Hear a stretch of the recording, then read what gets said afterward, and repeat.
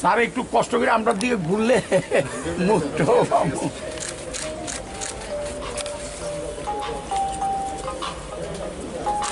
সঞ্জয় দা আর বড় করছ না, বড় করছ না, একটা লোক বড় করতো স্যার।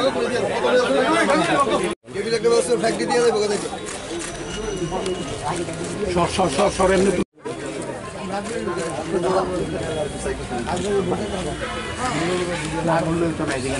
আমরা দিকে একটু ঘুরা মোড়া পিছে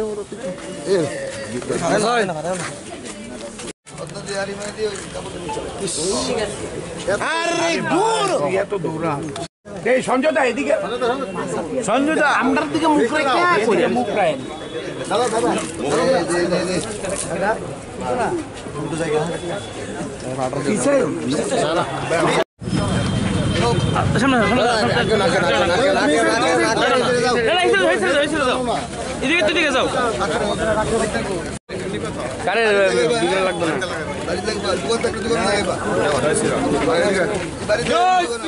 ঠেললে ভালো হইতেছে।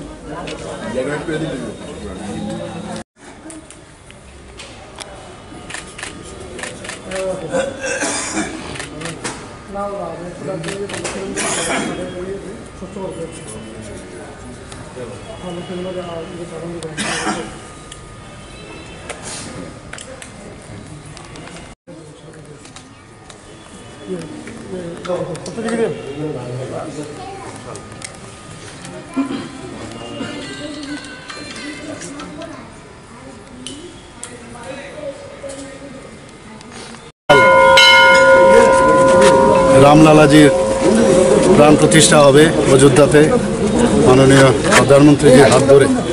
তো 500 বছরের এই যে একটা আশা আকাঙ্ক্ষা সেটা পূর্ণ হতে যাচ্ছে। তো সারা ভারতবর্ষে তথা আমাদের ত্রিপুরাতেও চারিদিকে এখন রামময় হয়ে গেছে। সবাই মানে রাম রাজ্যের কথা আমরা সবসময় বলি, সেইভাবে কিন্তু প্রধানমন্ত্রী চিন্তা করছেন যে সমস্ত ভারতবর্ষ যেন আমরা রাম যেভাবে রাজত্ব করেছেন সেইভাবে যেন আমরা রাজ করতে পারি বা রাজত্ব করতে পারি, সেই দিশায় আমরা কাজ করছি।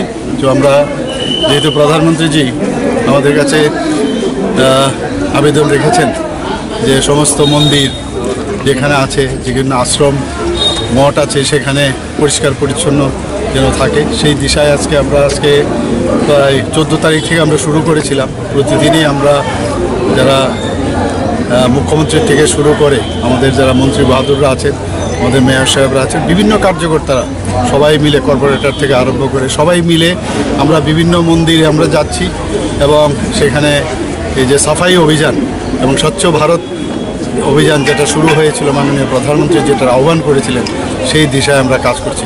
অত্যন্ত ভালো লাগছে যে এরকম একটা কাজ মাননীয় প্রধানমন্ত্রীজির আহ্বানে সাড়া দিয়ে আমরা করতে পেরেছি। সত্যিই খুব আনন্দ লাগছে। আজকে এখানে আনন্দময়ী আশ্রম এবং কালীবাড়িতে আজকে করলাম, একটু বাদে আমরা যাব লক্ষ্মীনারায়ণ বাড়িতে, সেখানেও করব এবং সেখান থেকে আমাদের কসবা কালীবাড়িতেও যাওয়ার ইচ্ছে আছে। কসবা কালীবাড়ির পরে উদয়পুর মাতাবাড়িতেও যাব।